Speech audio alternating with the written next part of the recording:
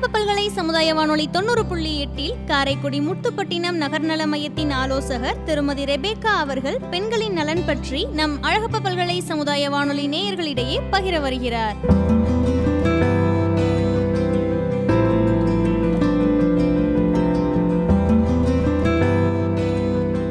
அழகப்பா பல்கலை சமுதாய வானொலி நேயர்களுக்கு வணக்கம். பெண்களுக்கான முக்கியமான விஷயங்களை பற்றி பேசுகிறோம். அதுலேயும் முக்கியமாக பார்த்தீங்க அப்படின்னு சொன்னால் இப்போ கருத்தடை சாதனங்கள் நிறைய வந்துருச்சு. அதை பற்றி தான் நம்ம பேச போகிறோம். இப்போ நமக்கு முன்னாடி கருத்தடை சாதனம் 2 குழந்தைங்களுக்கு மேலே வேண்டாம் அப்படின்ற விஷயத்தெல்லாம் நிறைய நம்ம பேசியிருக்கோம். ஆனால் அதுக்குரிய அவேர்னஸ் இருக்கானா இல்லை, அதை எப்படி தெளிவுபடுத்தணும், அதுக்கான மெத்தட் என்ன இருக்குது அப்படின்றத பற்றி தான் இப்போ நம்ம இந்த வானொலியில் உங்களுக்கு தகவல் நான் சொல்ல போகிறேன். முக்கியமாக பார்த்தீங்க அப்படின்னு சொன்னால் முன்னாடி 2 குழந்தைக்கு மேலே போதும், அவங்க நம்ம ஆப்ரேஷன் பண்ணிக்கணும் அப்படின்ற ஒரு விஷயம் மட்டும்தான் இருந்தது.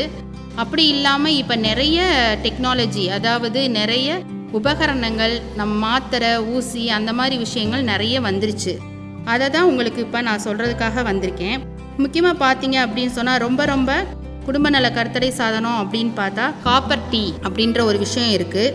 அந்த காப்பர் டீன்றது பிரசவம் ஆனால் 48 மணி நேரத்துக்குள்ளே நம்ம கர்ப்பப்பைக்குள்ளே பொறுத்துறது. அதனால நமக்கு கர்ப்பமாகிறதுன்றது முழுமையாக தடை செய்யப்படுது. நம்ம எத்தனை வருஷத்துக்கு நமக்கு குழந்தை வேணாமோ அத்தனை வருஷத்துக்கு அது தடை செய்யப்படுது. அடுத்து பார்த்தீங்க அப்படின்னு சொன்னால் எல்லாருமே நம்ம ஒரு பொருளை நம்ம வச்சுக்கிறோம் அப்படின்னு சொன்னால் அதோடைய பிரச்சனைகள் வரும் அப்படின்ற மாதிரி தான் நம்ம எல்லாம் எடுத்துக்குவோம். அப்படி நினைக்கிற மனநிலை உள்ளவங்க காப்பர் டீ இல்லாமல் வேறு விஷயத்தை யூஸ் பண்ணணும் அப்படின்னு நினச்சா கருத்தடை ஊசி வந்துருச்சு. அது ரொம்ப எளிய முறை. எல்லா அரசு மருத்துவமனையிலும் அதுக்குரிய வசதி வாய்ப்புகள் இருக்குது. நம்ம அங்கேயே போய் என்ன பண்ணிக்கலாம் அப்படின்னு சொன்னால் அந்த ஊசியை போட்டுக்கலாம். இந்த ஊசி போடுறதுனால கர்ப்பம் தரிக்காதது மட்டும் இல்லாமல் நம்ம கர்ப்பப்பையில் ஏற்படுற கட்டி, புற்றுநோய் அந்த மாதிரி விஷயங்களும் தடுக்கப்படுது. கருத்தடை ஊசி நம்ம டாக்டருடைய ஆலோசனையப்படி நம்ம எத்தனை மாசத்துக்கு ஒரு தடவை போடணும் என்னன்றதை அரசு மருத்துவமனையில் அதை தெரிஞ்சுக்கலாம். பிறந்த குழந்தைங்களுடைய பராமரிப்பு இது நமக்கு நிறைய பேருக்கு தெரியறது கிடையாது. ஹாஸ்பிட்டலில் பிறக்கும் குழந்தை அங்கே உள்ள நர்சஸ் சொல்கிறதையும் டாக்டர்ஸ் சொல்கிறதையும் நம்ம கேட்டுக்கிருவோம்.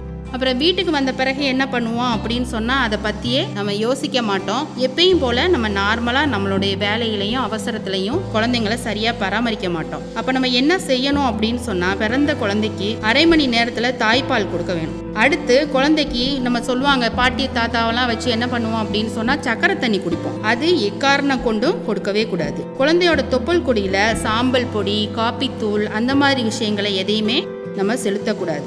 அடுத்து என்ன செய்வோம், வீட்டுக்கு வந்தோடனே அதை குளிக்க வைக்கணுன்ற ஒரு எண்ணத்தில் காது, மூக்கு, வாயிலெல்லாம் எண்ணெய் ஊற்றி அதை சுத்தப்படுத்துவோம். அந்த விஷயத்தையும் நம்ம செய்யக்கூடாது. நம்ம முன்னோர்கள் சில பேருக்கு இதை பற்றின ஒரு அவேர்னஸ் இல்லாதவங்க சில விஷயங்களை சொல்லுவாங்க. இந்த மாதிரி செய்யலாம், தொப்புளில் எண்ணெய் வைக்கலாம் அப்படின்னு. அதை இப்போ உள்ள குழந்தைங்களுக்கெல்லாம் நம்ம பின்பற்றக்கூடாது, இதெல்லாம் இப்போ செய்யக்கூடாதுன்னு டாக்டர் சொல்லியிருக்காங்கன்றத கிளியராக சொல்லணும் அவங்களுக்கு. அதே மாதிரி முக்கியமாக சொல்லுவோம், மெடிக்கல்ல இருந்து கிரேப் வாட்டர் கொடுக்கணும், நீ குழந்தையா இருக்கச்சா அதுதான் கொடுத்துருக்கேன், அந்த மாதிரியெல்லாம் சொல்லுவாங்க. அதையெல்லாம் நம்ம தவிர்த்து டாக்டர்ஸ் என்ன சொட்டு மருந்து, என்ன சத்து மருந்து எழுதியிருக்காங்களோ அதை மட்டும்தான் முக்கியமாக கொடுக்கணும். அப்புறம் அதுக்கு குளிப்பாட்டினோடனே அடுத்த விஷயம் என்ன பண்ணுவோம், உடனே சாம்பிராணி புகை போடுவோம். அந்த விஷயமெல்லாம் இப்போ இந்த குழந்தைங்களுக்கு செய்கிறதுனால நுரையீரல் பாதிப்பு ஏற்பட்டு சின்ன குழந்தைங்கள அது நுரையீரல் பிரச்சனை வர்றதுக்கு வாய்ப்புகள் அதிகமாக இருக்குது. அதையும் நம்ம கொஞ்சம் என்ன பண்ணணும் அப்படின்னு சொன்னால் தடை பண்ணணும். இதெல்லாம் கருத்தடை சாதனம், குழந்தைங்களை எப்படி பராமரிக்கணும் அப்படின்றத குறிப்பிட்ட பெண்களுக்கு, தாய்மாராக இருக்கிறவங்களுக்கு, கர்ப்பிணியாக இருக்கிறவங்களுக்கு மற்றும் குழந்தை பிறந்தோடனே என்ன செய்யணுன்றவங்களுக்கு நம்ம சொன்னோம். அடுத்து நம்ம சொல்ல போகிற விஷயன்றது பொதுவான விஷயம். என்ன விஷயம் அப்படின்னு சொன்னால் கை சுத்தம். இப்போ நம்ம எல்லாருமே பேசிகிட்டு இருக்க விஷயம் என்ன அப்படின்னா கொரோனாவுக்கு நம்ம என்ன செய்கிறோம் அப்படின்னு சொன்னால் நம்ம கையை கழுவணும், ஹேண்ட் வாஷ் போட்டு கையை கழுவணும், மாஸ்க்கு போட்டுக்கணும் அப்படின்ற விஷயத்தையெல்லாம் நம்ம அடிக்கடி சொல்லிக்கிட்டு இருக்கோம். ஆனால் கொரோனா வந்ததுனால தான் இதை செய்யணுன்றது கிடையாது. எப்பயுமே நம்ம என்ன பண்ணணும் அப்படின்னு சொன்னால் நமக்கு எந்த ஒரு நோய்கள் வரக்கூடாது அப்படின்னு சொன்னால் நம்ம கைகளை சுத்தமாக வச்சுக்கணும். அதுக்கு என்ன செய்யணும் அப்படின்னு சொன்னால் இது சின்ன குழந்தையிலேருந்தே நமக்கு சொல்லக்கூடிய விஷயந்தான். அதை நம்ம இப்போ புதுசாக ஏன் நம்ம சொல்கிறோம் அப்படின்னு சொன்னால் சில பேருக்கு அதனை பற்றின அவேர்னஸ் இல்லை. அதனால இப்போ சொல்லக்கூடிய சூழ்நிலையில் நம்ம இருக்கோம். நம்ம என்ன பண்ணணும்னா நம்மளுடைய கைகளை பல நோய்கள் வர்றதுக்குரிய முக்கியமான உறுப்பு அது. ஏன்னா நம்ம எங்கேயாவது தொட்டுட்டு உடனே என்ன பண்ணிடுவோம், நம்ம மூக்கு, கண், வாய் எங்கேயாவது வச்சோன்னே அது வழியாக அந்த கிருமிகள் உள்ளே போய் தான் நமக்கு பிரச்சனையை உண்டு பண்ணுது. இப்போ கொரோனாவும் அந்த மாதிரி தான் பிரச்சனையை உண்டு பண்ணுறதுன்றதுனால தான் நம்ம கைகளை அடிக்கடி கழுவணும்னு சொல்கிறாங்க. அதுக்கப்புறம் நம்ம சாப்பிட்றதுக்கு முன்னாடியும் சாப்பிட்ட பின்னாடியும் கழிவறை போயிட்டு வந்து, அதாவது பாத்ரூம் டாய்லெட்லாம் போயிட்டு வந்த பிறகும் நம்ம சோப்பு போட்டு கையை கழுவணும். கழுவுறது பத்தாது, அதில் முக்கியமாக என்ன பண்ணணும்னா சோப்பு போட்டு கழுவணும். அடுத்து வந்து ஏதாவது ஒரு நம்ம அழுக்கு பொருட்கள் தொடுறோம், ஒரு வேலை செய்கிறோம் அப்படின்னு சொன்னாலும் கண்டிப்பாக கையை வந்து சுத்தப்படுத்தணும். இந்த விஷயம்லாம் நம்ம எல்லாரும் செய்யக்கூடிய தன் சுத்தம் கை சுத்தம் அப்படின்ற விஷயம் வந்து எல்லாருமே செய்யக்கூடிய விஷயம். அதை வந்து நம்ம எப்பயுமே ஃபாலோ பண்ணணும். நெக்ஸ்ட்டு வந்து எல்லா பெண்களுக்கான விஷயத்தை தான் நம்ம இப்போ சொல்ல போகிறோம். முக்கியமாக இப்போ வந்து பெண்கள் அதிகமாக பாதிக்கக்கூடிய விஷயம் பிங்க் ரிப்பன் அப்படின்ற ஒரு விஷயம். காலேஜில் உள்ள பிள்ளைங்களுக்கெல்லாம் இந்த விஷயம் என்னன்னு தெரியும். அந்த விஷயத்தை தான் நம்ம இப்போ சொல்ல போகிறோம். அது என்ன அப்படின்னு சொன்னால் 30 வயசுக்கு மேற்பட்ட பெண்கள் அதிகமாக பாதிக்கக்கூடிய ஒரு நோய் என்னது அப்படின்னு சொன்னால் மார்பக புற்றுநோய், கர்ப்பப்பை புற்றுநோய். இந்த விஷயந்தான் இப்போ அதிகமாக பெண்களை பாதிச்சுக்கிட்டு இருக்கு, இப்போ வந்துட்டுருக்கு. ஆனால் இதுக்குரிய அவேர்னஸ் யாருக்குமே பெண்கள்கிட்ட கிடையாது. ஒரு மார்பகத்தில் ஒரு பிரச்சனையோ இல்லை கர்ப்பப்பையில் ஒரு பிரச்சனையோ நாள்பட வெள்ளைப்படுதல் அந்த மாதிரி பிரச்சனைகள் இருக்கிறப்ப பெண்கள் அதை வந்து வெளியில் சொல்லி ஒரு மருத்துவரை பார்த்து அதை சரி பண்ணிக்கிறக்கூடிய மனநிலையில் இல்லை.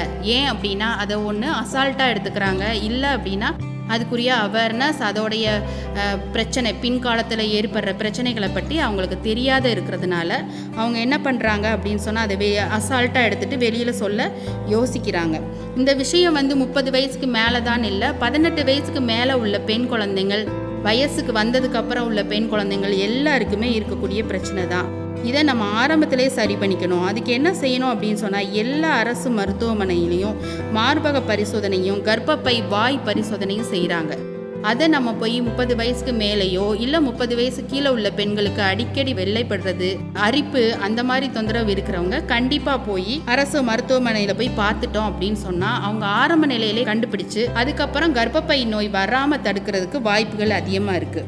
மார்பக புற்றுநோய், கர்ப்பப்பை புற்றுநோய் அப்படின்ற ஒரு விஷயத்தில் புற்றுநோய்னாவே நமக்கு பயம் இருக்கும். அதில் நமக்கு பெண்களுக்கு கடவுள் கொடுத்த ஒரு கிஃப்ட் என்ன அப்படின்னு சொன்னால் மார்பக புற்றுநோயும் கர்ப்பப்பை புற்றுநோயும் நம்ம ஆரம்பத்திலே பார்த்துட்டா அதை முற்றிலும் சரி பண்ணி நம்ம வந்து திருப்பி அந்த கர்ப்பப்பை பிரச்சனையோ மார்பக பிரச்சனையோ புற்றுநோய் பிரச்சனையோ இல்லாமல் இருக்கிறதுக்கு வழிவகை இருக்குது. இதுதான் வந்து நம்ம பெண்களுக்கு கடவுள் கொடுத்த கிஃப்ட். இதை நம்ம என்ன செய்யணும் அப்படின்னு சொன்னால் ஆரம்ப நிலையிலேயே ஏதாவது ஒரு பிரச்சனை இருக்குது அப்படின்னு நமக்கு தெரிஞ்சாவே அரசு மருத்துவமனையில் எந்த ஒரு செலவு இல்லாமல் அங்கே மருத்துவரையும் அங்கே உள்ள செவிலியரையும் நீங்கள் போய் பார்த்தீங்க அப்படின்னு சொன்னால் கண்டிப்பாக அவங்க பரிசோதனை பண்ணி அதுக்குரிய பிரச்சனைகள் இருந்தால் அதுக்குரிய பெரிய ஆஸ்பத்திரி, அடுத்த உள்ள மருத்துவக் கல்லூரி அந்த மாதிரி இடத்துக்கு அனுப்பி அதை சரி பண்ணி ஆப்ரேஷன் பண்ணி அதை முற்றிலும் நீக்கிட்டு நமக்கு சரி பண்ணி கொடுக்கறதுக்கு வழிவகைகள் இருக்குது. இந்த மாதிரி நிறைய அரசு ஆஸ்பத்திரியில் வந்து நிறைய விஷயங்கள் வந்து ஃப்ரீயாகவே பண்ணிகிட்டு இருக்காங்க. நிறைய அவேர்னஸ் இல்லாததுனால நிறைய மக்கள் அதை பயன்பெற மாட்டீங்க. இந்த சமுதாய வானொலியில் உங்களுக்கு நான் சொல்லியிருக்க சில விஷயங்களை நீங்கள் எந்த அளவுக்கு யூஸ் பண்ணிக்கிறீங்களோ அவ்வளவு நமக்கு வாழ்க்கையில் நல்ல ஒரு விஷயங்கள் அடையிறதுக்கு நல்லது. இன்னும் நிறைய விஷயங்கள் வந்து நீங்கள் தெரிஞ்சுக்கணும் அப்படின்னு சொன்னால் காரைக்குடி முத்துப்பட்டணம் நகர்நல மையம் மற்றும் செஞ்சை நகர்நல மையம் காரைக்குடியில் தான் இருக்குது. இந்த 2 ஹாஸ்பிட்டலும் இல்லை உங்களுக்கு அரசு மருத்துவமனை காரைக்குடி அந்த இடத்துக்கு நீங்கள் போனீங்க அப்படின்னு சொன்னால் அங்கே உள்ள செவிலியர், மருத்துவர் மற்றும் உங்களுக்கு எல்லா விஷயத்தையும் சொல்லுவாங்க. இந்த விழிப்புணர்வு நிகழ்ச்சியை கேட்டு பயன்பெற்ற மக்களுக்கு எங்களுடைய நன்றியை தெரிவித்துக் கொள்கிறேன்.